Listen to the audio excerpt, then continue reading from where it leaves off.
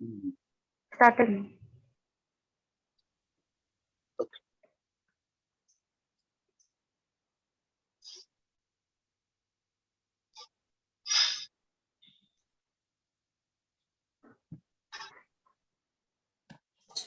ज्ञानेश्वर को पूछो और फिर चालू करो। Yes, ma'am.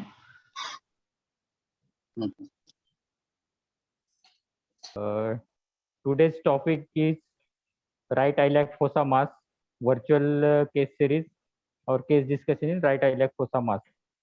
So let us start with the discussion. Everybody has joined. Sandeep, your all colleagues has been joined. Yes, sir, I'm here. Most of the students has joined, sir. Joined, na? Yes, sir. Okay. Madam, shall we start? Yeah, go ahead. Okay. So this is 43-year-old male married Hindu patient, laborer by profession, residing at Bhiwandi, came with chief complaint of lumpish feel in right lower abdomen since 1 month, abdominal pain over right lower abdomen since 15 days, and fever since 15 days. Okay, sir. Okay. Yes, sir. So what possible diagnosis comes to your mind after this Sir, history? yes, sir. Since the patient is having lumps since 1 month, pain in the right iliac fossa since 15 days, and fever since 15 days, sir, I would like to give first differential diagnosis as a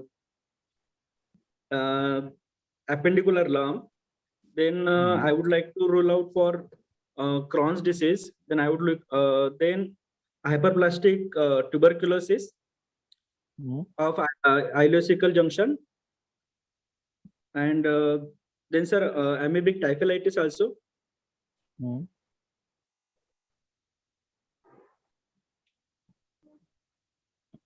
Disconnected. Pairing. Connect. Hello. Yes, sir. Another diagnosis, another differential. Sir, amoebic typhlitis, then actinomycosis, then Crohn's disease, any ureteric colic. Actinomycosis is rare, very rare. Yes, sir. Actinomycosis is rare diagnosis. Yes, sir. Then any ureteric, right-sided ureteric colic.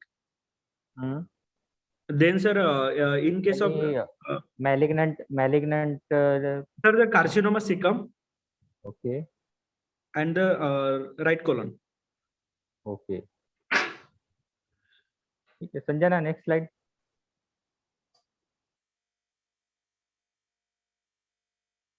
Next slide.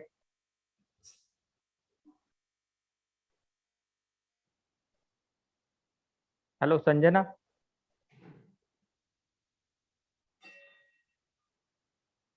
Hello. Hello. I've changed the slide, sir. So this is the next slide. Patient was Patient was apparently all right 1 month ago when he noticed fullness in the right lower abdomen, pain over the right lower quadrant since 15 days, then gradually onset, dull aching, intermittent, non-radiating, with no aggravating factor, relieved by taking oral medications.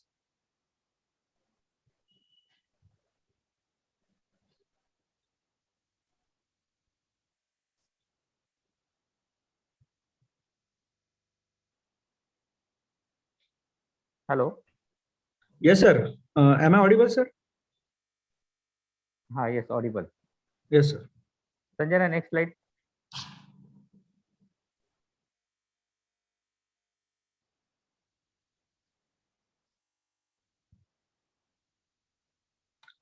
Patient is having fever since 15 days, then low-grade fever, intermittent, and it is relieved by oral medication. Okay. So what kind of pain this patient having?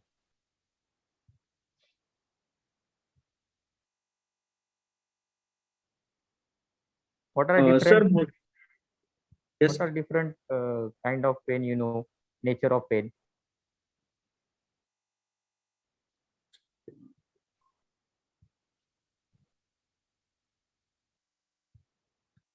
Sir, pricking pain, shooting pain, then pain radiating to back. Nature of pain. Vague aching pain, burning pain, scalding pain, shooting pain, Sir, stabbing pain, constricting pain, colicky pain. yes, sir. Okay. And what about the movements of pain? What are the different types of movements of pain? Movement of pain. Movements means radiating, referred, shifting, or migration type of pain. Can Okay. you explain in detail what do you mean by radiation of pain? Sir, when there is a common innervation of the nerve supply, then pain acting at the one side, it is transmitted to the other side.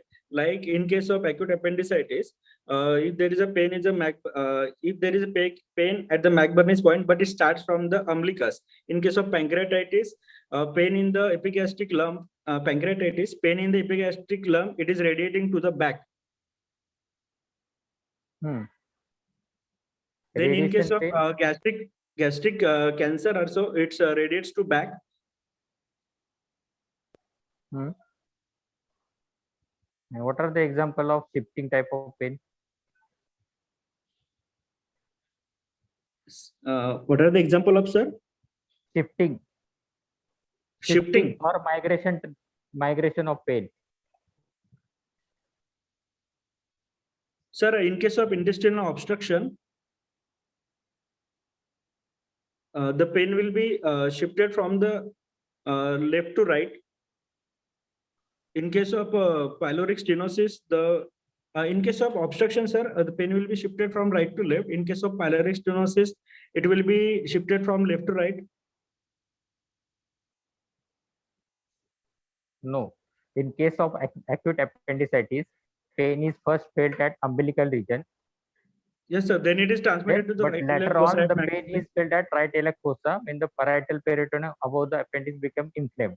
That is, pain is shifted to RF region. Yes, starting from umbilicus. Okay. Sanjana, next slide. Madam, any question?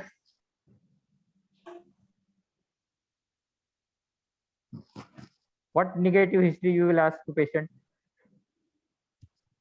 Sir, there is no history of vomiting, diarrhea. There is no history of constipation. Then there is no history of abdominal distension. Then bleeding per rectum or melena. There is no history of weight loss. And there is no history of loss of appetite. And other history you would like to add in this history, negative history? Any other points? Sir, any evening rise of temperature to rule out the tuberculosis. Then any past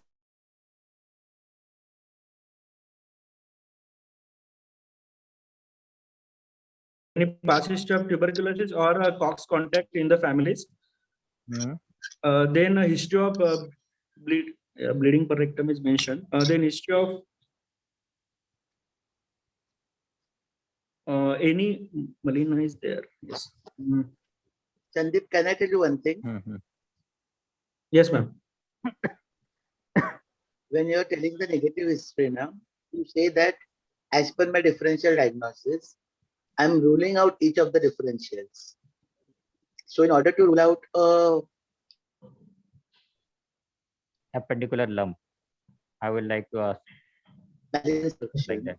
Or a malignancy or Cox. Malignancy, weight loss, loss of appetite, bleeding per rectum. Yes, ma'am. To rule out the abdominal distension.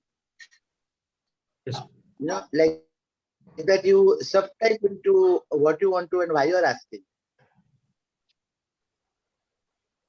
So, ma'am, to rule out the appendicular lump, I will ask for the history of any pain in the right iliac fossa in the last week, because it starts lump formation starts after the 3 days of the acute episode of acute appendicitis.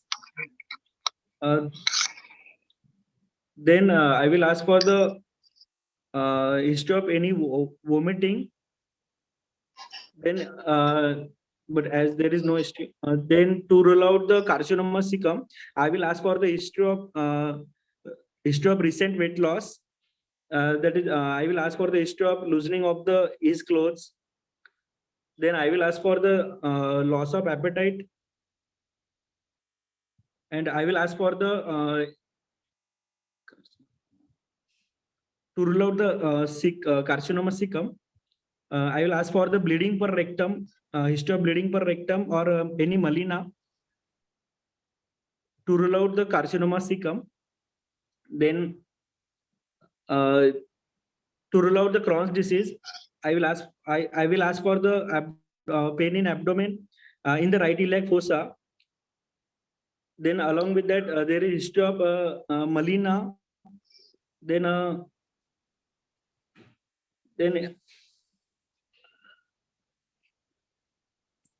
to rule out the tuberculosis, I will ask for the history of any previous COX contact or the history of previous pulmonary tuberculosis and whether patient was taking any AKT drugs, and even the history of evening rise of temperature.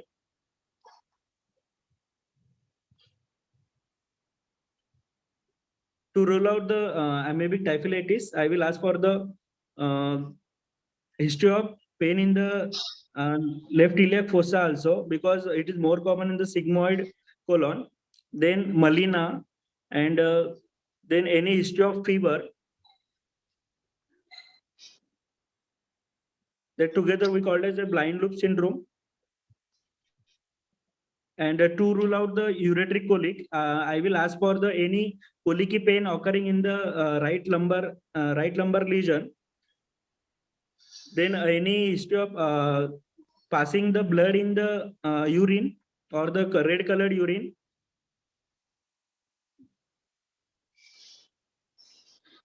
Then to rule out the Crohn's disease, I will also ask for the any fistula or any fissure or fistula at the anal region to rule out the Crohn's disease. Okay, this is. Okay, go ahead now. Go ahead. There is Sanjana, no next history slide. of Sanjana. past history. There is no history of similar complaint in past or any surgery.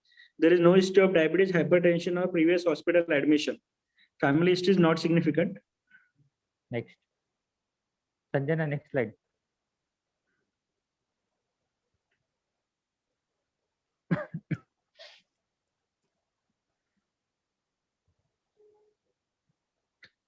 There is no addiction. Patient is having vegetarian diet. Appetite is decreased, and the bowel bladder and sleep habits are unaltered. Next slide.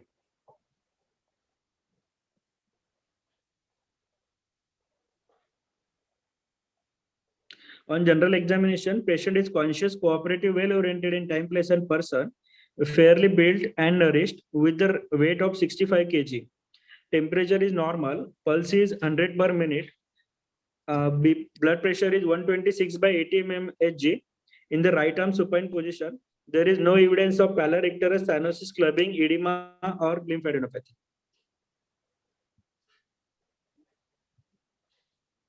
This is the general format of saying general examination. Unless and otherwise, examiner asks you anything significant in general examination, then you skip this history. Otherwise, you will fit this part of the history. And Yes. no patient cooperated, well oriented to time, place, percent, generally built, pulse, BP, right? So, okay. Next Yes, slide. sir. Next slide, Sanjana.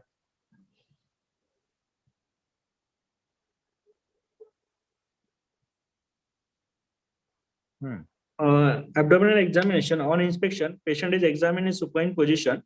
Per abdomen, there is fullness in the right iliac fossa. and umbilicus is centrally placed and inverted. Skin over the abdomen appears normal. There are no scar and sinuses. There is no pigmentation. There are no striae. There are no dilated veins. Visible peristalsis. There are then hernia sites, external genitalia, back and spine are normal.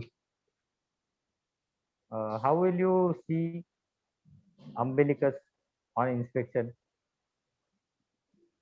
Sir, umbilicus, I will look for the whether umbilicus is at the normal position or the umbilicus What is the normal has position been, of umbilicus?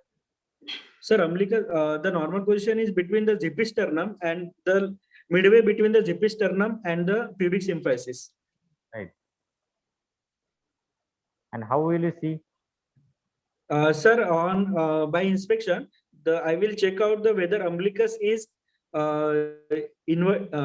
everted or it is a stretched or whether it is a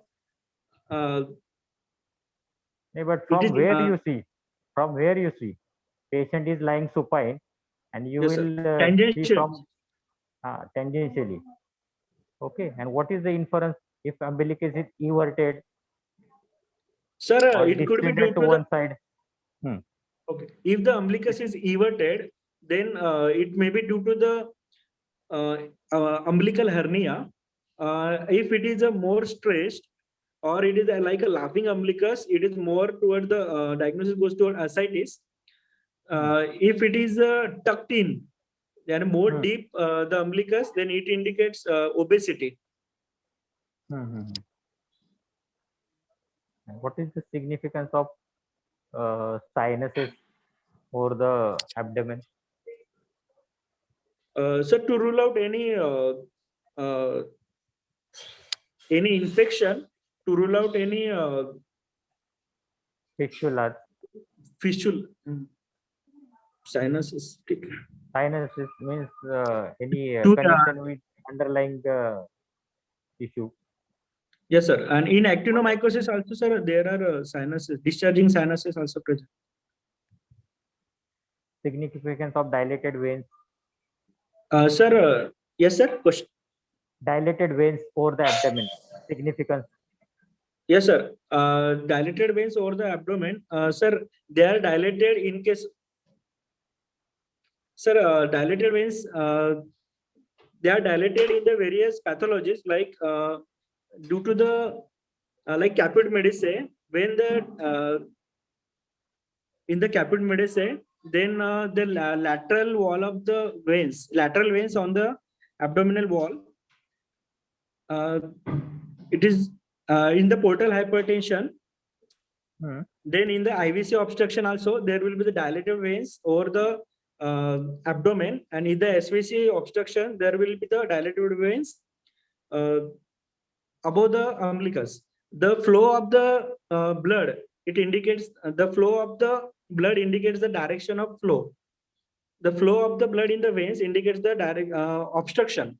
If there is a obstruction in the inferior vena cava, then the blood flow will be from down towards the umbilicus, but when there will be the obstruction in the superior vena cava, the blood will flow from the above downward, that is towards the umbilicus. Then in case of portal hypertension, the formation of caput medusae towards the umbilicus is significant. Okay. They are dilated about the umbilicus on the abdomen. Next slide, Sanjana.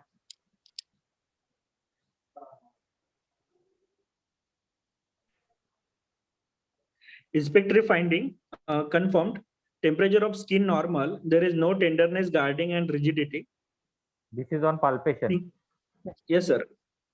The single lump of approximately 5 by 4 centimeter in size in right iliac fossa, firm in consistency, with smooth surface, ill-defined margin, non-mobile, intra-abdominal, no pulsation felt over the lump, bimanually not palpable. There is no palpable organomegaly. So, how will you differentiate between intra-abdominal lump and parietal lump? Sir,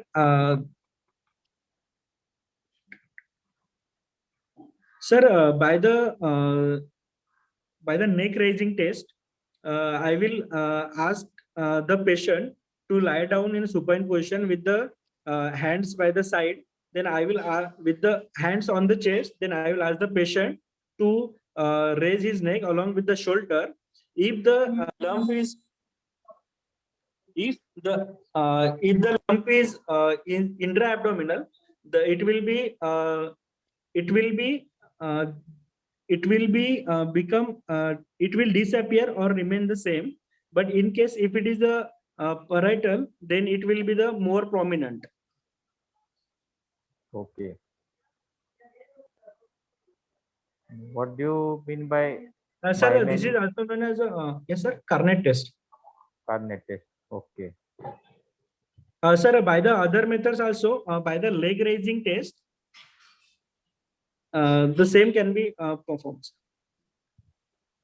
What do you There is a mean? I mean by there is a difference between the neck raising and the leg raising test, because for an infra-umbilical swelling, it is right. not so effective to do a neck raising. For a supra-umbilical swelling, it is not so effective to do a leg raising. Yes, ma'am. That Yes. in both the tests now, why are these tests performed?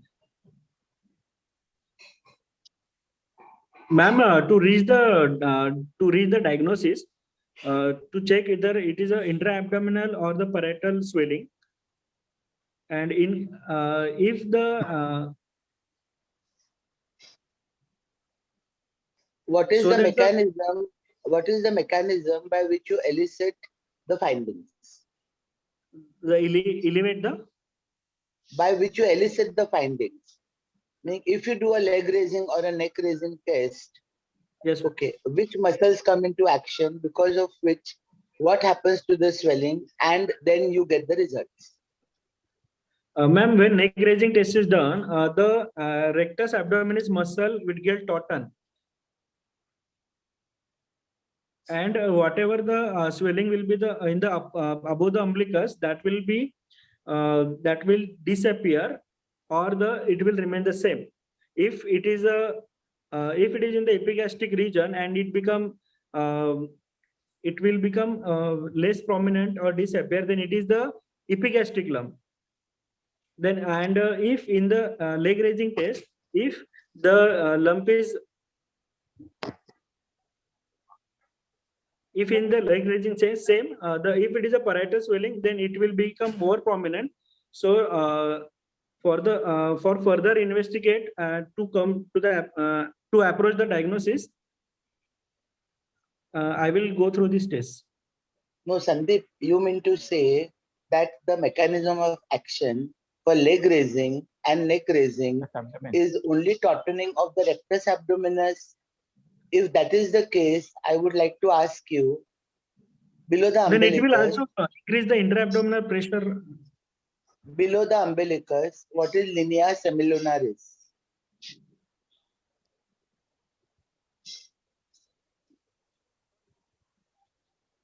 Anyone can unmute themselves and answer if Sandeep cannot answer. Ma'am, it is the line joining between the two lateral half of the wall, abdominal wall, in the midline from the just below the zipisternum up to the pubic symphysis.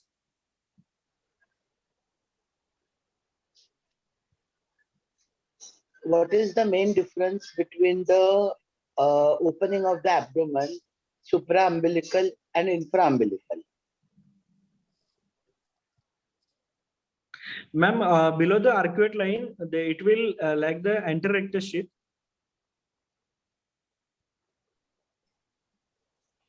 Please, let's not waste time. Yes, ma'am. No, I said anyone can unmute and answer.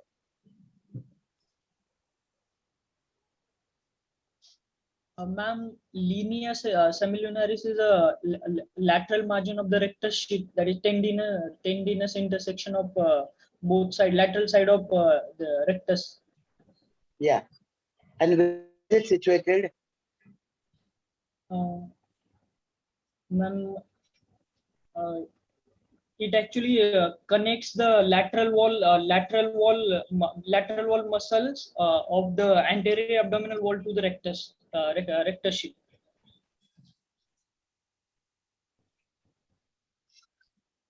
Hello.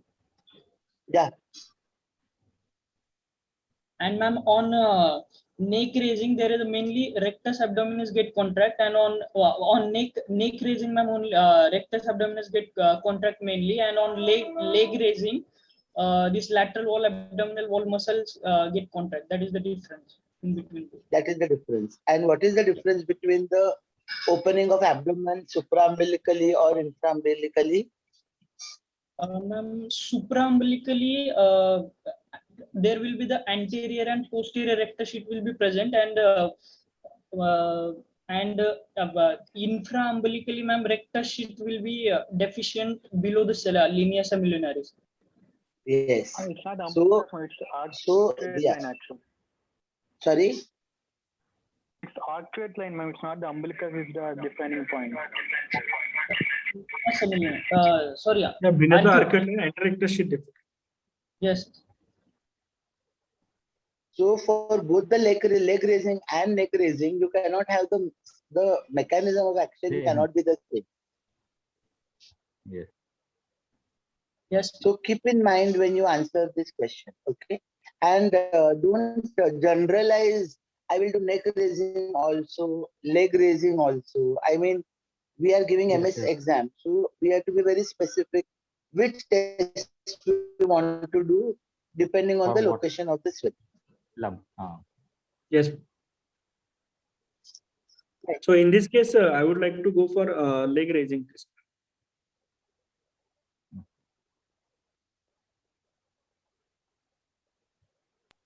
Fine, go ahead. Janeshwar, go ahead. How do you in previous slide, Sanjana? How will you check pulsation of a lump? Pulsation felt over lump. No pulsation felt over lump. How will you check it? Sir, by the by placing the two fingers over the lump, if the fingers are get lifted up and they are synchronized with the pulse, and they are continuous, then it is the pulsation felt by the fingers. What different types Sir, of pulsation? yes, sir. Sir, if the fingers are just lifted up and not separated from each other, then it is a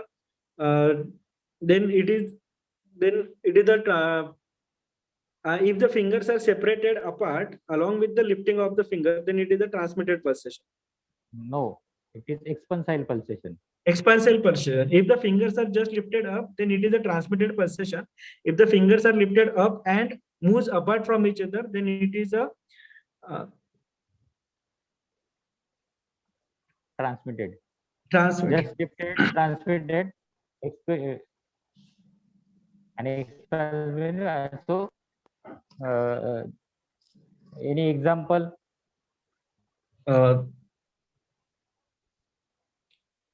Expansile pulsation. Yes, sir. Sir, in case of aortic aneurysm, the pulsation will be expansile.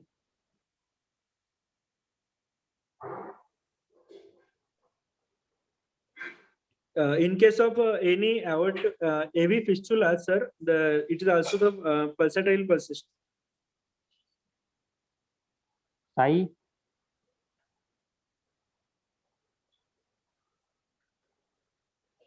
Sir, in the visible pulsation, sir, there will be the in the case of pyloric stenosis, the visible pulsation will be from the left to right, and in case of intestinal obstruction, Sir. will the stepladder pattern of pulsation seen. Sir, expansile pulsations are mainly observed in the aneurysm. In transmitted pulsations are seen in a mass lying over the aorta. These are the pulsation because of the aortic pulsation. Attached with the Those are transmitted through the major mass. vessels. Yes, sir. Yes, sir. If you palpate the patient in knee elbow position, these transmitted pulsations will be lost because the mass will fall off from the aorta, so we can't feel the pulsation. But whereas in expansor pulsation, they will still persist. And what do you mean by bimanually not palpable? What do you mean by bimanually palpable swelling? Sir, in case of bimanual palpation, I will keep the left hand over the left hand below the back and right hand above the on the anterior part. Then I will palpate the lump. If it is palpable, with the each expiration, I will keep on increasing the pressure and I will try to palpate. If it is palpable, it is known as the bimanual palpable lump. Which swelling are bimanually palpable? Sir, if there is a cecal, if there is a large cecal mass. Hello. Cecal mass is bimanually palpable. Sir, renal swelling, sir. Okay. Renal and renal swellings and probably suprarenal swellings are also bimanually palpable. And what do you mean by ballotable swelling? Ballotability. Yes, sir. Sir, when the one hand is kept below the in the lumbar region and second hand is placed above the on the anterior side of the abdomen, same on the lumbar region, and the push will be given from the backward hand towards the anteriorly, and then if the swelling is ballotable, then it will and mobile, then it will move towards the anteriorly, so that the upper hand will get the feel of the lump and the swelling will again move down. This is ballotability and it is occurs in the freely mobile swellings. And if the swelling is fixed then and very large in size, then it won't be ballotable. Examples? Sir, examples of ballotable swelling. Sir, renal mass, sir, renal mass, sir, and suprarenal tumors. Any other example? Sandeep, do you mean to say that all the swellings which are ballotable are bimanually palpable, or No, ma'am. there can be swellings which are ballotable and not bimanually palpable? Yes. Ma'am, ballotable swellings, if they are very large, then or either fixed, then they will, if the swelling is very large or either fixed, that swelling won't be ballotable, but that swelling can be palpable bimanually. Can you give an example of bimanual swelling palpable and not ballotable? Ma'am, appendicular lump. Appendicular lump can never be bimanually palpable because you have to go to the posterior aspect of the abdomen and anterior aspect to make it bimanually palpable. Yes. Someone from his batch, unmute yourself and tell the difference between the two. Any swelling which is a retroperitoneal swelling will be a bimanually palpable swelling, but if at all the swelling has a hilum, then it will be ballotable as well as bimanually palpable. Yes. Right. So can you give an example of this? A retroperitoneal sarcoma will be bimanually palpable, but a renal swelling is a ballotable and bimanually palpable swelling. And 100 ml. And how will this test is done? Sir, I will ask the patient to lie down in the knee elbow position so that and I will percuss at the umbilicus or the most dependent. Immediately. You will ask the patient to lie in knee elbow position and immediately percuss. No, sir. So no, not immediately. Then the fluid will settle down, and at that at the site of maximum. Then at the site of umbilicus, I will percuss after around 30 seconds, I will percuss around the umbilicus, and if there will the dullness increase, then I will confirm for the fluid. Okay, this is puddle sign. Then next, Auscultation normal. Sir, then shifting dullness. I will start percussing from the umbilicus towards the flank, and I will mark the site of dullness. I will ask the patient to shift to move on the opposite side, so that the fluid will pass to the opposite side. After 30 seconds, I will again start percussing from the previous dull node towards the opposite side, and I will mark the dullness on the opposite side. So this is the shifting dullness. quantity of fluid. Sir, minimum 1.2 liters. 1.2 liter.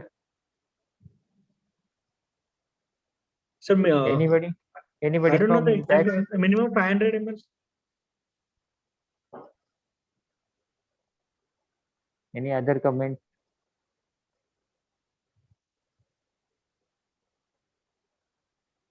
What is the next test?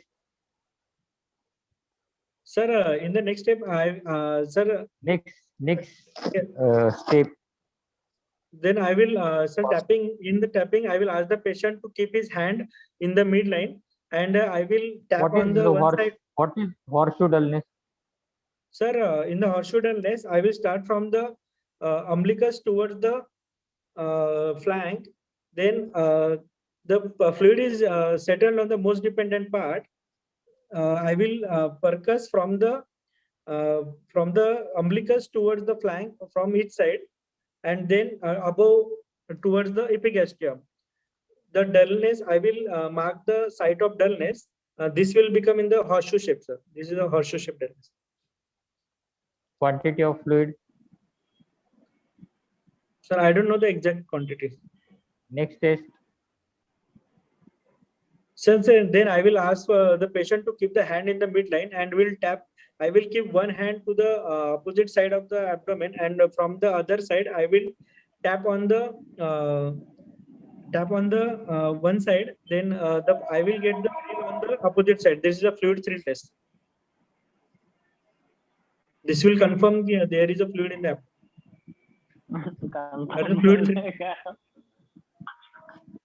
Hello. This will confirm fluid in the abdomen. How much quantity of fluid? 1.5 liters. Sir, 1.2 liter. Around 1.2. These are the classical questions. This can be asked in any case of abdominal swelling.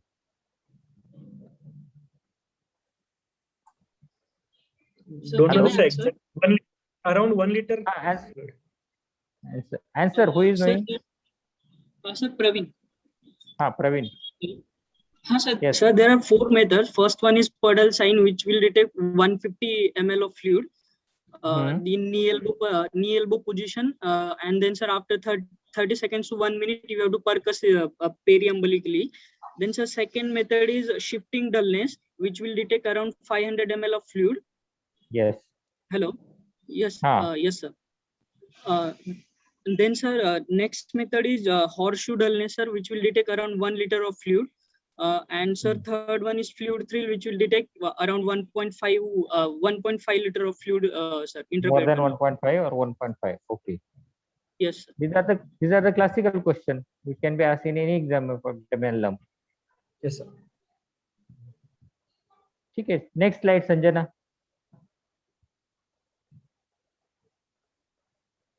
In the digital rectal examination, the sphincter tone is normal, no palpable growth.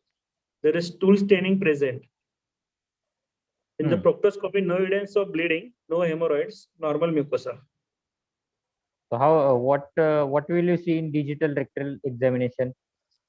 Sir, I will first see the tone of the sphincter, then any discoloration of the skin, then any openings or any openings around the anal dimple, then any discharge,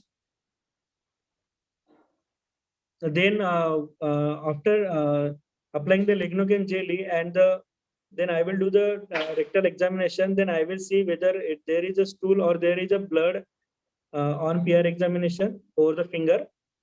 Then I will see for any growth inside the anal and rectal region. What is the position of patient? Sir, patient in the left lateral position with the upper upper leg flexed to the upper hip flexed, and the lower limb extended and upper limb flexed and towards the chest. What is that And called? patient is keeping the hand below the head. What is that position called as? So Sims position.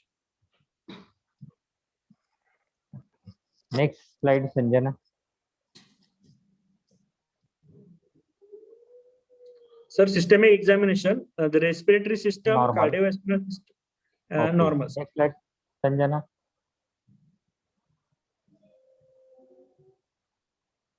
Case summary: a 43-year-old male with no known comorbidity, the complaining of lump in right lower abdomen associated with dull aching pain, low-grade fever, and weight loss, with no significant past and family history. On examination, an intra-abdominal solitary lump of 5 by 4 centimeter, firm in consistency, ill-defined margin in the right iliac fossa was found. So, what is your diagnosis? Sir, mostly it is a sir appendicular lump. Second, I would like to give differential diagnosis. Second is a carcinoma cecum.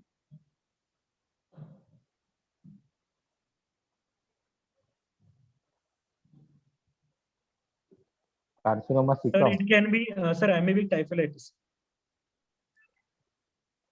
What is your first differential? Sir, appendicular lump. Why? Sir, because the lump is since 1 month, sir, and it is around 5 by 4 centimeter. Then there is a pain since 15 days, and there is fever since 15 days. There is also the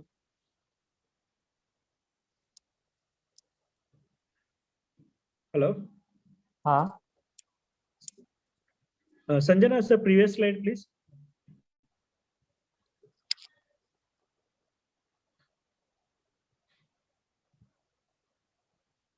And sir, the third differential diagnosis I would like to give the appendicular tubercular ileocecal mass, sir, because there is a low-grade fever and weight loss. In fact, that is our first differential on this kind of history. Sanjana, next slide. Yes, sir. Sanjana, next slide. The previous one. Hello, madam. Sir, my first, sir, most from the history, mostly it is a tubercular lump in the right iliac fossa. But I would like to, because sir, there is a lump, pain, a fever, there is a history of weight loss, and there is a history of reduced appetite, and there was a low-grade fever. So, how will you investigate? Sanjana, next slide. Sir, I will do sonography. Before sonography, any blood investigation you want to do? Sir, I will send all the routine investigations. Then, like complete blood count, I will complete blood counts. Then to look for the counts and hemoglobin. Then I will do the renal function test for creat, urea, and blood urine nitrogen. Then I will do liver function test, including blood urine nitrogen. Yes, Okay. sir. Yes, sir. Okay. Then I will do the then I in the routine I will do the PT-INR. Then I will go for the sonography. And in the end, in cases of suspected tuberculosis, is ESR is significant? Yes, sir. ESR will be markedly raised, sir. But what is significance of ESR? Sir, in case of any infective pathology, the ESR will be highly raised, and in case of any infective pathology. See, Sandeep, you have to say that ESR is a non-specific investigation. In any cases of chronic infection, it increases. So the specificity of this investigation only for abdominal tuberculosis is not significant. It is done as a part of the protocol of blood investigations to complete the blood investigations. Yes, ma'am. Now you are going to do sonography. Then I will, if the patient is having cough, patient is not having cough. Okay, fine. Then after sonography, you can do a chest X-ray. Yes, sir. Chest X-ray. Abdomen. Chest X-ray and ECG also, sir. In the chest X-ray, I will come to know whether he had a pulmonary tuberculosis or not. And most of the time, it is abdominal tuberculosis. There is always the first focus in the lungs. If you really want to complete the list of investigations, I would go one step forward. Okay, correct me if I'm wrong or tell me why I am right. Why can't we do a TB gold test and a PCR?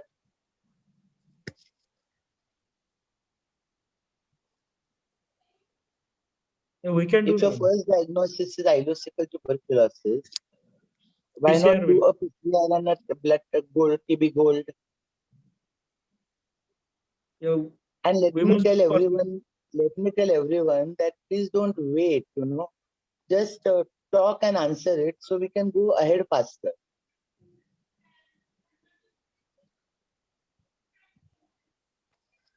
Meaning, although we like Sandeep's face to be seen on the screen, but we shouldn't see a face which is not answering.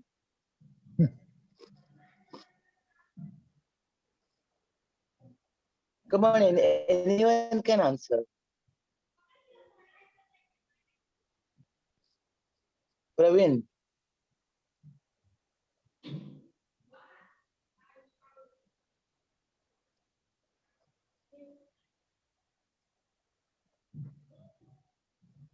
Hello.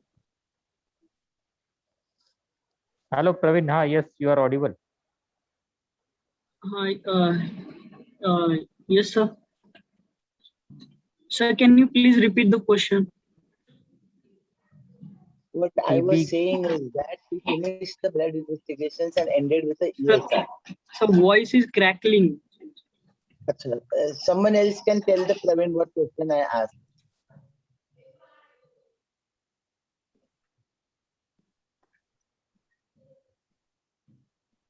Can you hear me, Praveen? Can you hear me? Yes, no. Can someone hear me? Then repeat the question to Praveen, please.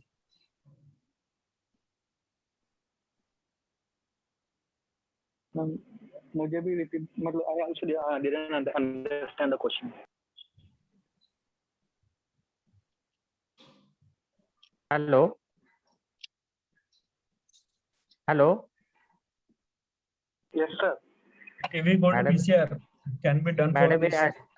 Madam is asking TB gold and TB PCR can be done in such patients of suspected tuberculosis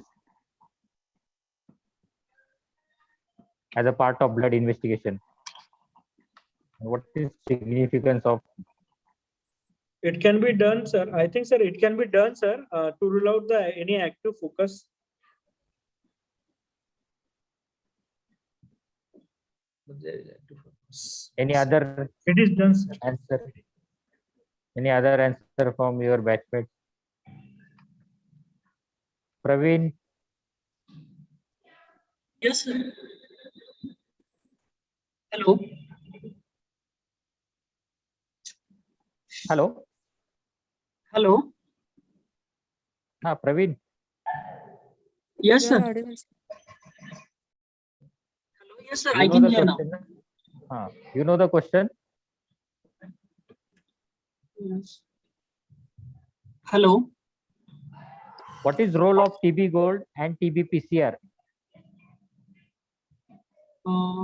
Sir, I don't know. Hello. Hello. Sir, I don't know. Sai Krishna, Hello. Shushruth, Parth, anyone knows, then tell the answer. Hello, ma'am. Yes, yes. Bola. Hello, Darshan speaking here. Bol. Ma'am, the TB Gold test is also an intradermal test similar to our tuberculin test. So it can be utilized in the patient, but the drawback is that it is highly, it is not actually specific to an active infection or a past infection, past latent infection. So in this, it can be used, but it may not distinguish between an active or a latent infection, latent past infection. Right. I agree with you. And what about PCR? Ma'am, PCR can be used to identify the presence of the antigen, but it again is the rate limiting. The utility of this test is limited by the fact that it is highly costly, even though it is highly sensitive and specific. Right. And I suppose, Darshan, that the sensitivity of PCR is much more than the specificity. So in any infection also, it may increase and it may not just give you the diagnosis of tuberculosis. Yes, ma'am. The likelihood of false negatives is higher in this case when its specificity is, the likelihood of false positive is more because of the low specificity. Yes. Thank you, Darshan. Go ahead. Thank you. Next slide, Sanjana.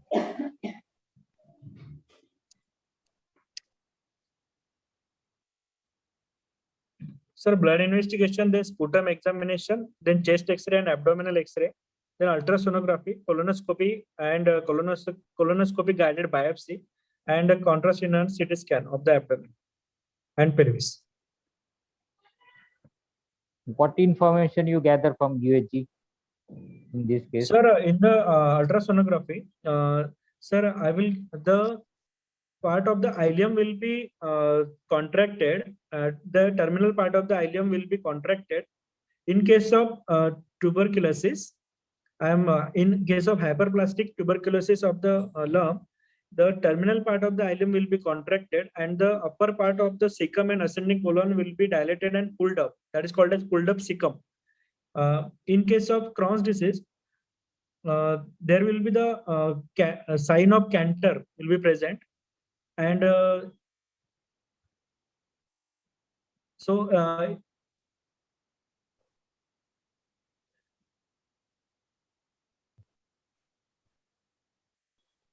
hello. Yeah, you are audible. Yes, sir. Status of lymph node, fluid in the abdomen. Yes, sir. Pulled up cecum will be there, sir. Fluid in the abdomen like ascites. Status Yes, of sir. There are also I will get the adjacent structures will visible. If there is any adhesions, then I will go for the presence of fluid. Then also the renal and ureteric status. Then the gallbladder, then the urinary bladder status.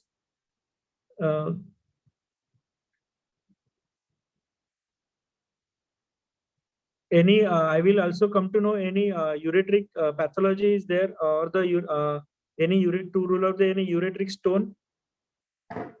And the renal, sir, any renal pathology to rule out.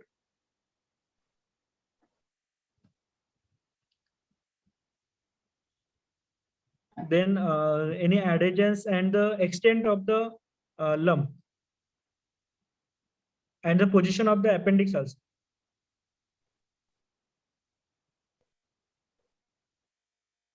In case of And from Crohn's, CT? yes, sir. Okay. From this CT scan, sir, most of the finding from the sonography will correlate with the CT scan. Along with that, I will come to know any other metastatic lesions are there and other structures.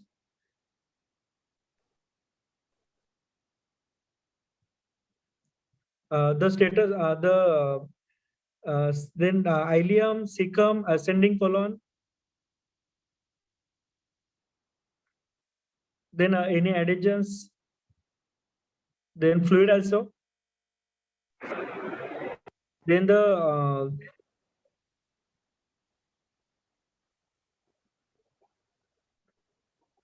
status of the bladder, then kidneys, then the Anybody? bowel, total bowel, sir.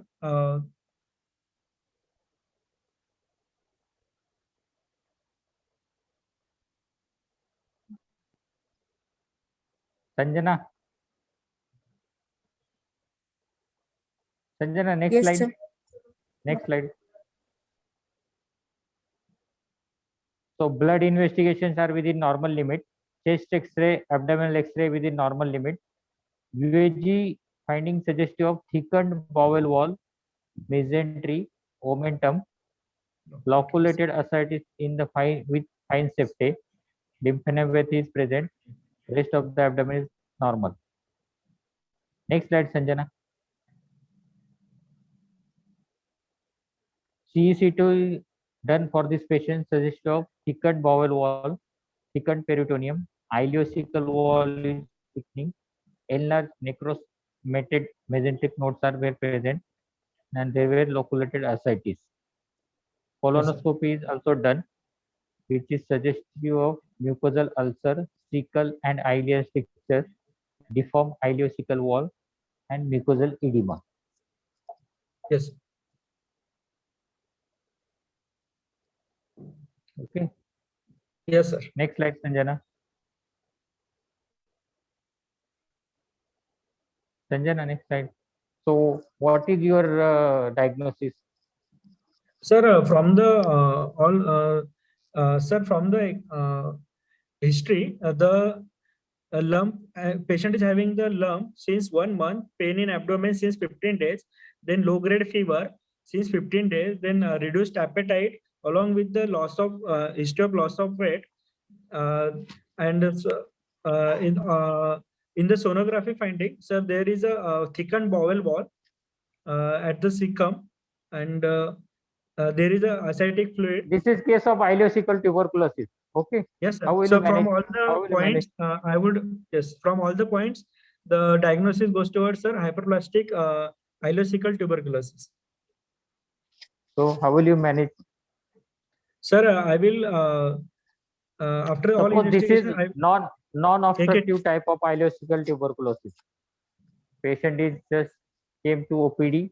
He is moving, eating, non-obstructive type of ileocecal tuberculosis.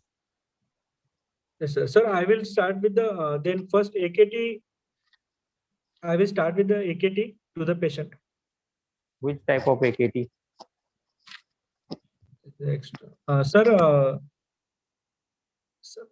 Sir, category 2, sir, because it is a extra pulmonary. Anybody from your batch can answer. Sir, category 1 regimen. Category 1 regimen of the AKT. I will start for.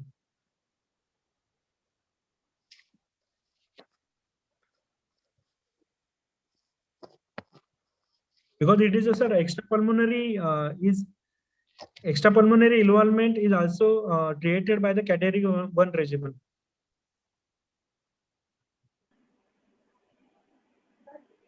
So I think initial 2 months HR JD followed by 2 months of HR.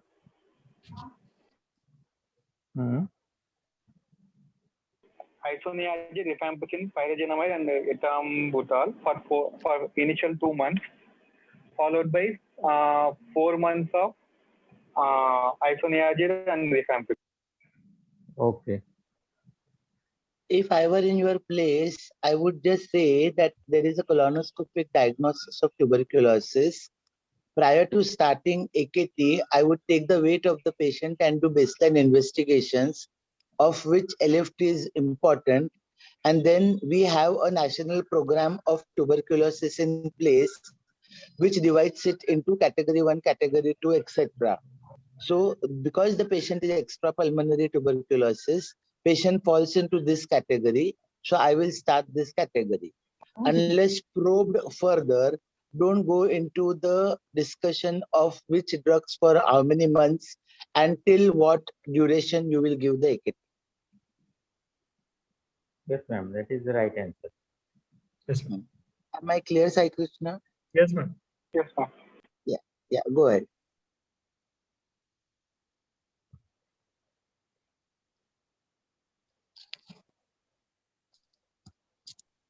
Go ahead, continue.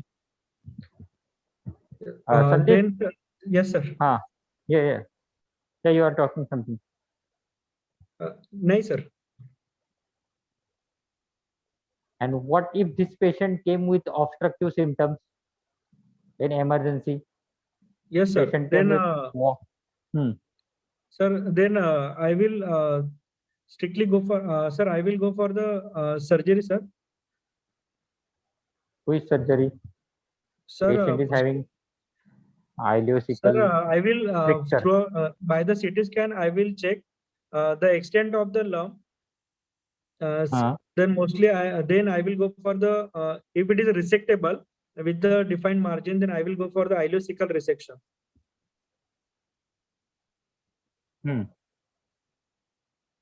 And I will find out whether there are any strictures present, because there is a history of tuberculosis. So I will go for stricturoplasty.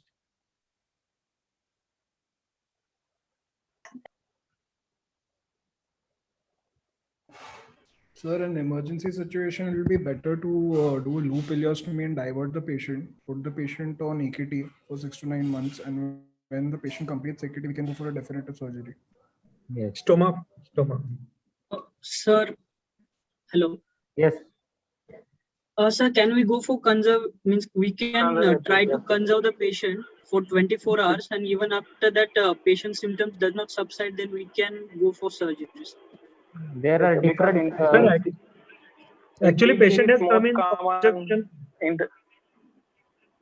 Patient is having with the obstruction, sir. Then I think I will go for the first stroke to create the stoma. Then I will conserve the after the creating stoma, I will continue him on the AKT, and after 6 weeks or when the stoma will be healthy, then I will go for the total resection. Sided lump, the lumen of the bowel, of the ileum, and of the large bowel, even colon, even if they are not of equal size, you can always close the ends and you can do a side-to-side anastomosis. Most of the time in a right-sided colon, we generally do not do diversion. In a left-sided colon, we generally do not do primary anastomosis.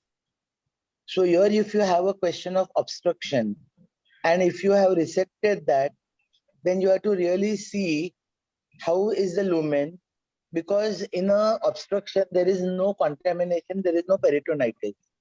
And with proper measures, if you have resected without spillage in the peritoneum and cleaning the bowel properly and expertise in anastomosis, which nowadays we can do a stapler. So primary anastomosis, even if you say to the right side, I think can be justified. Yes, ma'am. Okay. Any other who have different opinion can share their opinion with justification.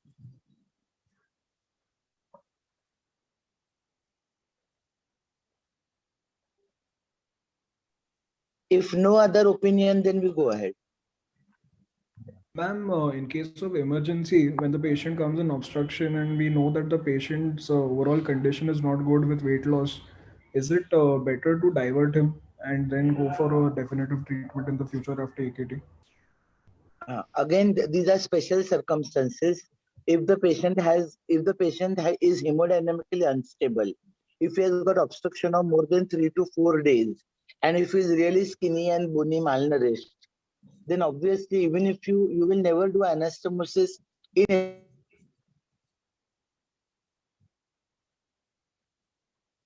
when this comes into picture is the factors which are saying one is severe weight loss, obstruction of more than 3 to 4 days, and patient having other comorbidities, which will prevent us from doing a primary anastomosis.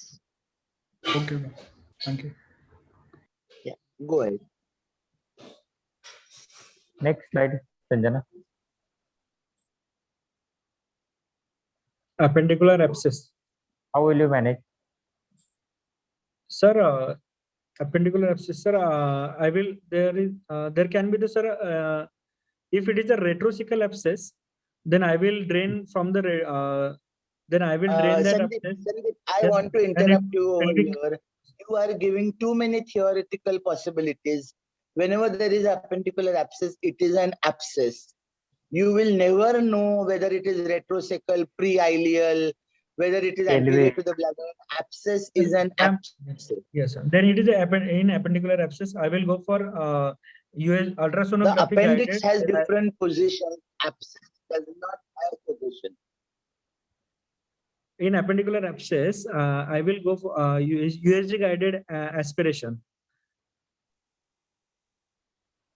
Now, I will tell you that I will never go for a USG guided aspiration. Okay, so now you tell me why you will go for a. Come on, guys, let's do a 5-minute debate about Drainage. sonography guided aspiration number 1. Who believes in drainage of the abscess? And thirdly, who believes in conservative treatment of an abscess? Come on, unmute yourself and give opinions. Sandeep, First, now I will- you and me will not talk now. Okay, yes, sir. Your Come other on, guys. batchmate can also say na comment. No, they will now. Come. Appendicular abscess. Hello. One at a time. One at a time. Praveen, I think you are online. Sir, depending upon the size of the abscess, sir, if it is very small in size, then we can go for the conservation, sir. Hello. Yes, yes. Yes, sir. And if sir patient have signs of inflammation, systemic signs of inflammation, and patient is deteriorating, then we can go for sir radiological drainage USG guided pigtailing or USG guided pigtailing, sir. If it is large in size and patient is hemodynamically unstable. So you do not believe in the third category that we have to open up the patient? We can go for laparotomy also, man. Yeah, but laparotomy or laparoscopy drainage is intervention. Yes. Anyone else? I would agree with Praveen. I would see the general condition of the patient. If he's deteriorating with high counts, fever, and he's going in shock, then it will be better to do either a USG guided pigtailing, or if at all we are going for a definitive treatment, then laparotomy with abscess drainage and appendicectomy can be attempted. But there are high chances of bowel injury in the latter case. Parth, whenever you're saying a exploration of abscess, never ever mention appendectomy. Because an abscess forms when there is necrosis of the appendix.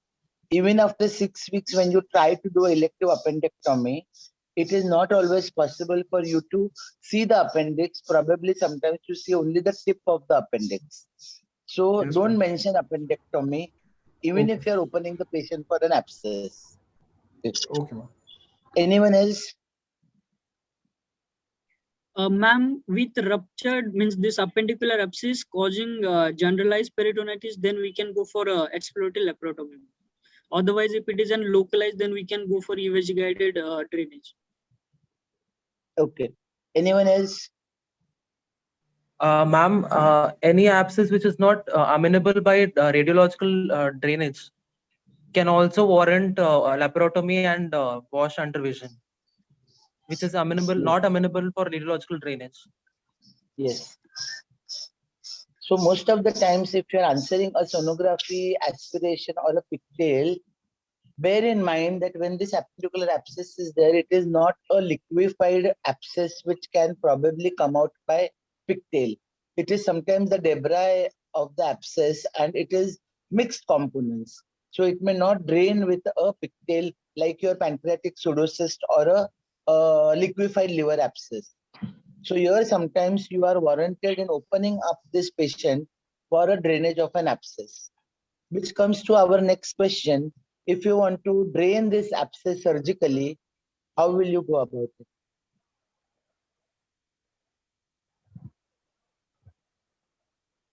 We are not going to extend this meeting any further. Answer fast.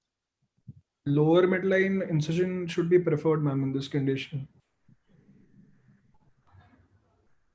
Come on, there are 12 people in the batch. One is lower midline incision. Second, Ma'am, gridiron incision. second, third,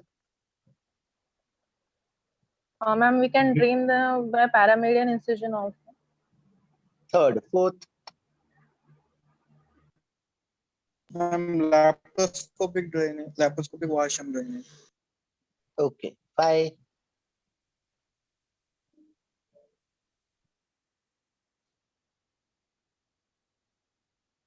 So I guess others agree to one of the 3, right? The principle of this appendicular abscess drainage is not to make a localized abscess into a generalized peritonitis. In your paramedian incision, in your inframidline incision, in your gridiron incision, you are going to breach the peritoneum. So the abscess which is not peritoneum and the peritoneal is sealed above the abscess, you will be converting it into an intraperitoneal abscess. So the ideal incision which you take for appendicular abscess is wherever sonographically or clinically you see the peak of the lump. You take it, you guys have heard about a ureteric. Nowadays we don't do it, but if you have a ureteric stone, which incision do you take? If you have a ureteric stone in the lower 1/3 of the ureter, which incision do we take? Do we take an intraperitoneal or we take a retroperitoneal? Retroperitoneal. Extraperitoneal, I mean, sorry. Extraperitoneal. Extraperitoneal. So here you will take, like a ureteric incision, a extraperitoneal incision, because the abscess is not intraperitoneal, and you will come to a point where you will feel the abscess, and then you will drain that abscess, put a corrugated drain. Do not look for the appendix. Do not try to see the small intestine and the cecum. Just drain the abscess, close the incision, and come out. Yes. Yeah. Any questions on Ma'am, this? if it is intraperitoneal abscess, Sorry? if it is intraperitoneal abscess, then how will you approach? If it is intraperitoneal abscess, then the scenario is that the abscess has breached the peritoneum and it has gone into the intraperitoneal compartment. Then obviously, if it has gone in the intraperitoneum, you have to give a wash to the peritoneum also. Then there is no point in taking an extraperitoneal incision. Yes, ma'am. How will we approach? Whether midline or gridiron or? It is, see, if you have an intraperitoneal contamination, you would like to give a thorough wash. Then it is preferable to take a midline incision. But again, when you do that Parth, remember, you don't see the appendix, you don't see the bowel, you don't see the colon. Yes, ma'am. Go ahead, continue. Next slide, Sanjana. Sanjana, next slide. Appendicular lump. Management. Sir, in appendicular lump, I will go for the conservative management, that is Ochsner-Sherman regimen. And I will I will observe the appendicular lump for the 6 weeks, and after that I will go for the interval appendicectomy. Ochsner-Sherman regimen, what things you will monitor? Sir, first the patient Usually after the third day of the acute appendicitis attack, the appendicular clump starts forming. Then when the patient had come, I will keep him kneel by mouth. Then I will start him on the IV antibiotics. Then I will monitor the urine output, input output charting. Then I will do the lump charting. Then I will also do the temperature and pulse charting. Oshner-Sherem regime has got specific principles. It does not include your lump charting, your urinary output charting. There are specific things in Oshner-Sherem regime.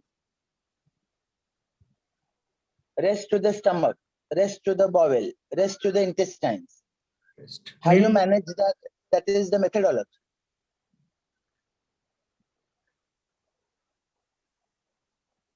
So it is rest to the bowel. You can say by putting your eyes to the side. Yes. And you said you made one sentence that I will observe the patient for 6 weeks. Yes. That means, do you plan to keep the patient for 6 weeks in the institution? No, ma'am. Once the symptoms started decreasing, size of the lump started decreasing, and there will be no pain, then I will discharge the patient, and I will ask him to follow weekly or twice weekly in the OPD. According to you, when does the lump start decreasing? Mostly after 1 week of the conservative management. The lump takes around 3 to 4 weeks to start decreasing. So you cannot indoor the patient for 4 weeks. So the only criteria is to observe the patient that it does not go from an appendicular lump to appendicular abscess. So when the clinical parameters of inflammation like pain, fever, counts come to normal and remain normal, that is the time you can discharge the patient, thinking that the patient will not form an appendicular abscess. Yes. After 6 weeks, now that the inflammation has subsided, what will you do? Ma'am, again, I will ask him to, I will do the sonography, and I will check whether the lump has been completely resolved or not, and I will check the status of the ileum, cecum, and the appendix. And if it is resolved, then I will go for the interval, that is elective appendicectomy. We are overestimating the efficacy of sonography in order to see the ileum, cecum. If the lump has not I will disappeared, clinically check for the lump, ma'am, first when you come after 6 weeks. So clinically there is no lump after 6 weeks. Yes, ma'am. No fever, no lump. If there will be no fever, no palpable lump, and then no need to, ma'am, operate. And yes, I already said that patient has come after 6 weeks with no lump. So, ma'am, I will go for the elective appendicectomy if the patient. I will tell the patient that now the lump has been settled and he has improved. Then I will ask the patient whenever. If it is a child, we can go for interval appendicectomy. If it is an adult, we have to do colonoscopy to look for any appendicular malignancy or appendicular mass, and then we can go for interval appendicectomy if there is no, if we rule out the appendicular malignancy. Okay. How will colonoscopy tell you about appendicular malignancy? We can look for the mass in the cecum or at the base of the appendix. Ma'am, we can just get a simple CT scan done. Hello. Go ahead. Ma'am, we can get a CCT abdomen done with oral contrast and IV contrast, ma'am. If the appendix is showing still inflammation, that is appendicitis is still present, and the signs of other inflammation like the bowels and there is a lump is subsided, then we can go for this interval elective appendectomy. So from no investigations, we have gone to sonography. From sonography, we have gone to CCT just to do an interval appendix, where you have to remember one. I will check the counts of the patient by doing CBC. Sandeep, If there is no we are in a phase that patient has come walking to the OPD asymptomatic after 6 weeks because you have told him to come. It is the same scenario as a patient presenting with acute cholecystitis, where you probably conserve, you wait for 6 weeks till the cholecystitis goes away, and patient comes after 6 weeks for cholecystectomy. Ma'am, So to here avoid the the patient recurrence, has I will go come for for the appendectomy. So the only history which is significant in both the scenarios is whether the patient has got acute symptoms in the middle of 6 weeks. So if the patient has acute symptoms, then you will defer the surgery after the primary episode till 6 weeks, and you may keep it 2 or 3 weeks later. Yes. Now, one more question. After if you open, either you do a lap or you do a RIF incision, okay, it is not always possible in an abscess or in an appendicular lump that you may see the complete appendix. Yes. So in that scenario, what will you do? Ma'am, please repeat the question. You are not seeing the complete appendix, only part of the appendix is seen, probably near the base. Yes.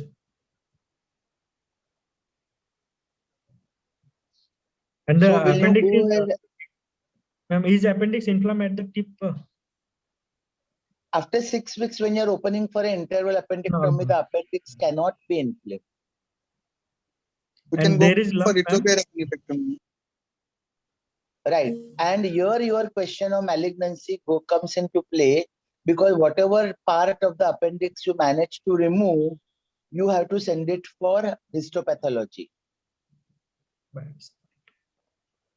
Now, Yes. if the histopathology tells you that this is malignancy, okay. Now, my next question is, what will you do? If it is a Depending upon the size of the tumor and depending upon the mesoappendix involvement, we will decide for the management. If it is involving the mesoappendix and it is greater than 2 centimeters, it is present at the base of the appendix, we have to go for right hemicolectomy with lymph nodal dissection. Otherwise, so only appendicectomy is enough. Right. So it depends on where the tumor is, whether it is at the tip or at the base. And involvement of mesoappendix. And involvement of mesoappendix. And when you say right More than hemicolectomy, it is called as a completion right hemicolectomy. Completion right hemicolectomy. Go ahead.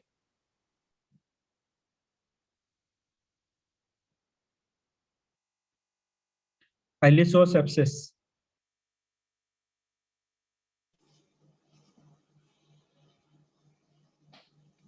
Sir, management point only. Hello. For ileocecal sepsis, we have to look for the mainly for TB of the spine. Like we have to palpate the spine. See And the we have X-ray to, of. I will go for the X-ray of the iliolumbar. And we have to look for the movement of the Lumbosacral X-ray to check out the Pott's disease, because the from iliopsoas sepsis, it percolates from the psoas sheath and to the pelvic right iliac fossa. So so for the management, I will go for the USG guided drainage if feasible. we can start, if it is diagnosed as TB, we can start AKD and we can go for extraperitoneal or retroperitoneal drainage or USG guided aspiration. And yes.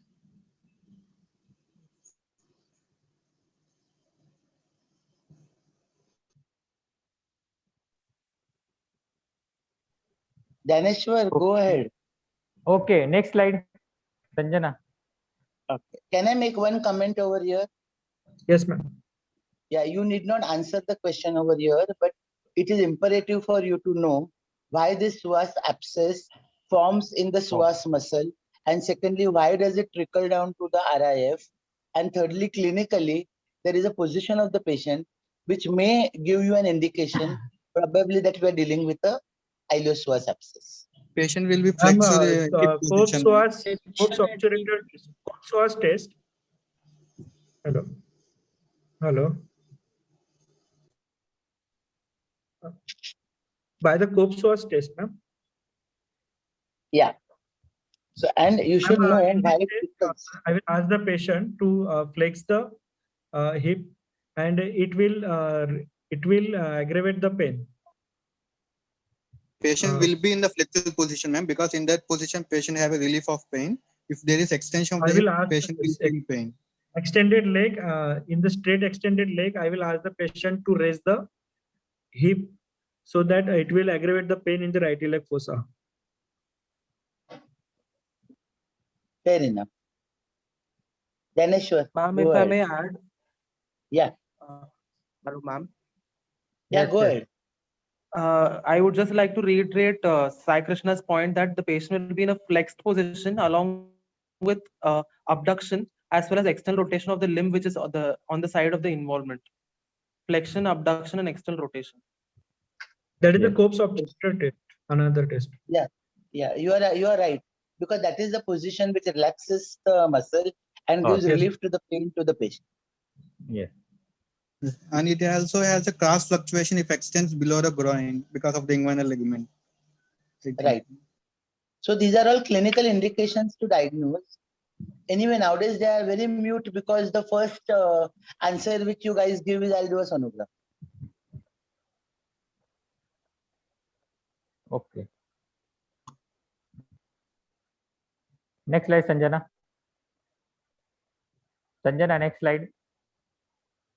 How will you deal with ileocecal malignancy? Sir, in the ileocecal malignancy, I will go for the right hemicolectomy, sir. That is right hemicolectomy. How resection of malignancy differ from resection of tuberculosis? Sir, in this, along the mesenteric lymph nodes are also removed, and along with that, along with the mass. For ileocecal TB, for We do ileocecal CME, TB, sir. Complete mesocolic excision. okay. In high TB, we ligation of the vessels. Okay.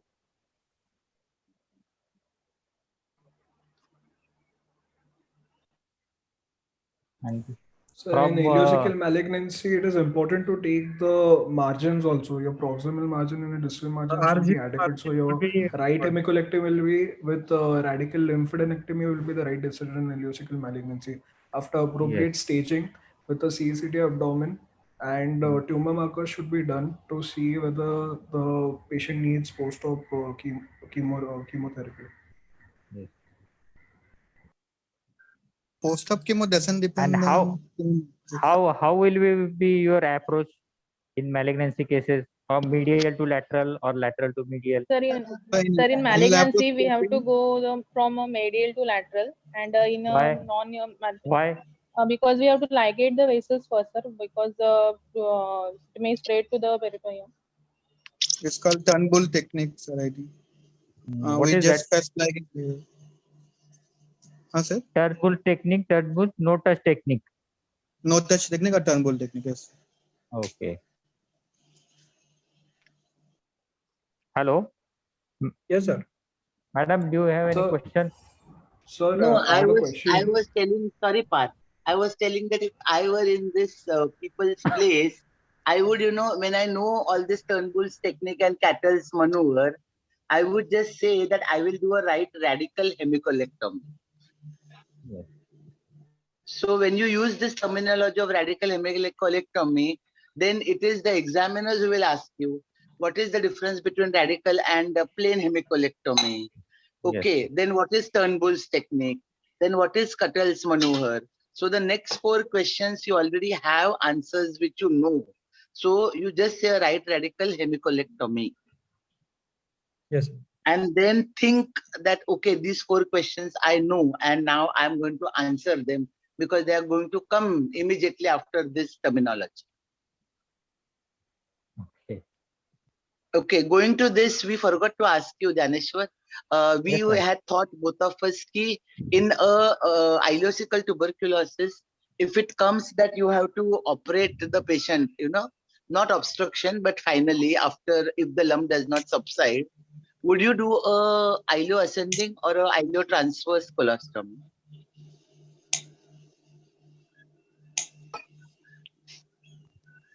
Understood my question? Ileo transverse, ma'am. Okay. Why would you do ileo transverse for a benign condition? Ma'am, in TB there will be like pulled up appendix, like ascending colon will be very small. I feel, ma'am. It might be all. Yes, yes. Because the ascending colon is pulled, the cecum and the right hepatic fracture are almost near each other. So you do not do a classical right hemicolectomy. You can do a conservative right hemicolectomy. Yes. Okay, going to this now, guys, read up that barium meal follow through ka signs. Although they are not important nowadays, some people may ask you about all those signs of barium meal follow through for tuberculosis. Yes. Okay. And what Parth was saying now about number of lymph nodes and staging, it really doesn't matter, Parth, because when you're going to do a radical hemicolectomy, you take vascular control first and lymphatic control. So anyway, whatever lymph nodes are there, whether they are positive or negative, are going to be included in the specimen. And fortunately, on the right side, the margins very rarely come positive. Ma'am, in cases of ileocecal malignancy, does the tumor marker decide post-op chemotherapy? The tumor marker does not decide at all because the CA can be as low as 10 or it can be as high as 22. Post-op chemo depends mainly on the lymphovascular invasion and T4, like mainly depend upon the T stage and N stage. If less So than 12 nodes are removed, at the end of the day, any adjuvant therapy depends on your T, N, and M. Yes. Okay, ma'am. Okay. Dhaneshwar will ask you the scenarios of this ileocecal malignancy. Na? If you open up and if it is stuck to the duodenum or the ureter. Which?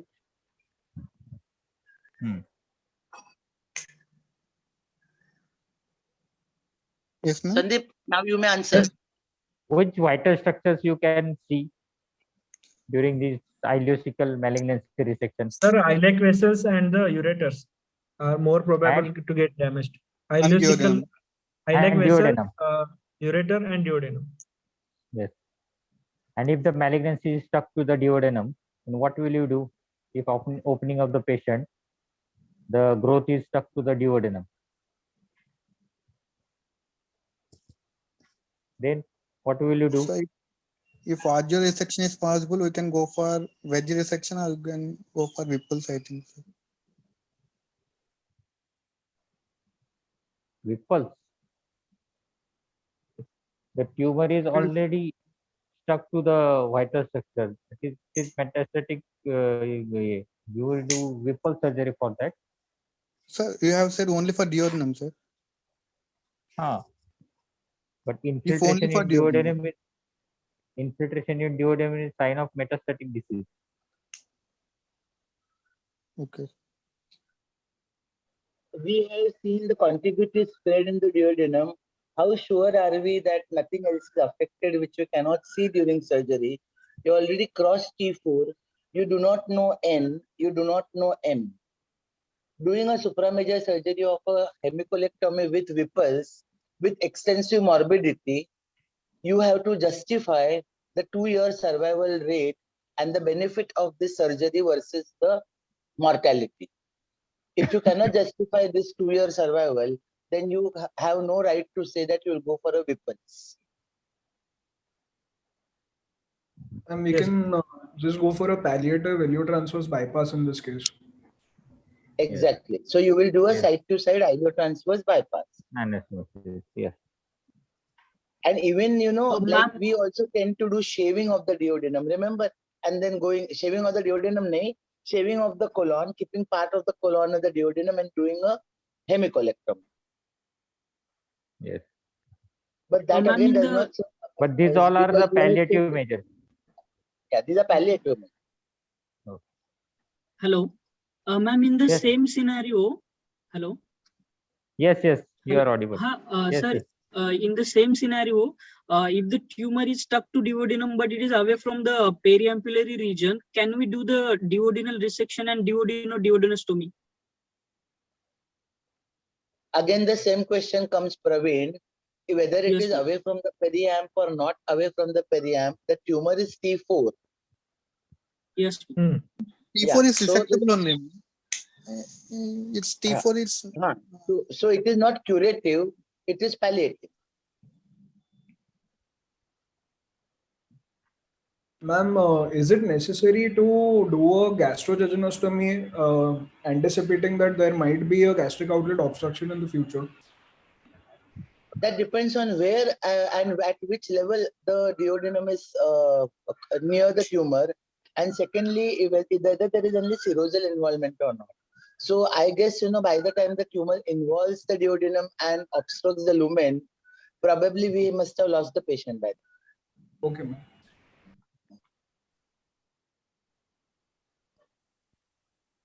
Go ahead.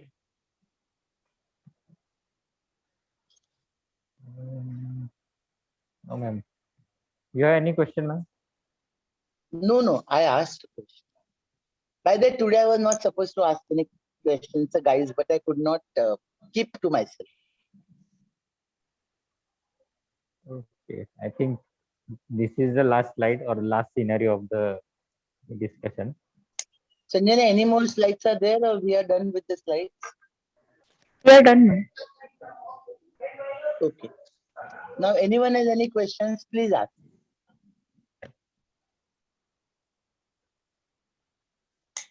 Ma'am, I want to ask Sandeep the difference between the radiating, referring pain and migrating pain. क्या वापस? Sai, repeat. Sai, repeat the question. Referred pain, radiating pain, and Shifting what pain. is the difference between referred pain, radiating pain, and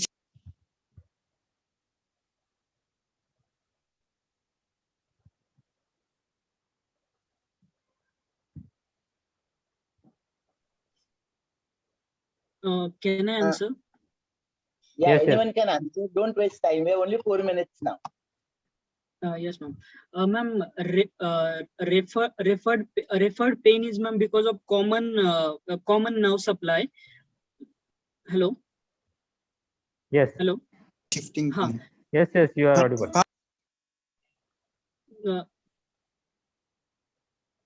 Hello. Sir. Referred pain is because of sir, common nerve supply, like.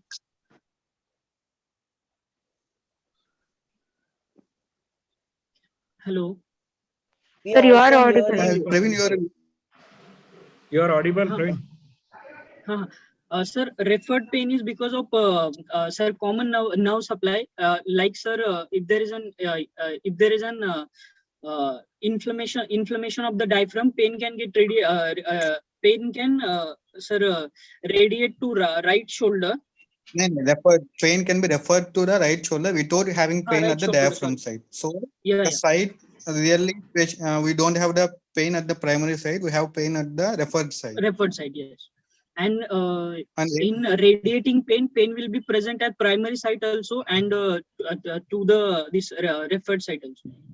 It is mainly because of the spread of the inflammation, not because of the nerve supply. Yeah. And shifting pain in appendix. From umbilicus to the right iliacus. And also that engorgement of dilated veins over the abdomen.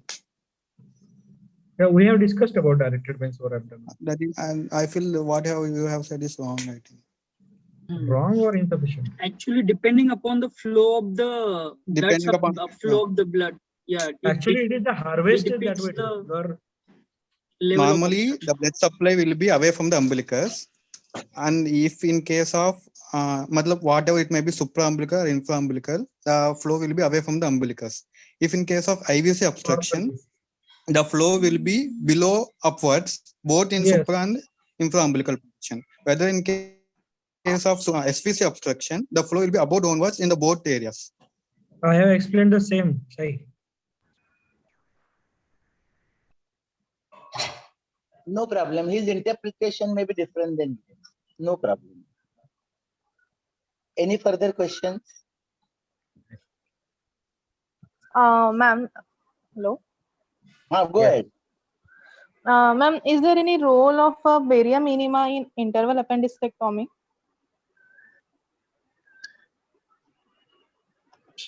To look for Anyone? Anyone can answer. Role of barium enema in interval appendicectomy. so that's what I think to look If for any CT other. scan is available, then why do we have Then to do this? Suspected cases of tuberculosis. To the CT also, na, sir. CT Appendicectomy, there is no role, but in cases of tuberculosis, we do. Ileal tuberculosis. Appendicectomy, there is no role of barium. I think nowadays there is no role of barium enema. I think, but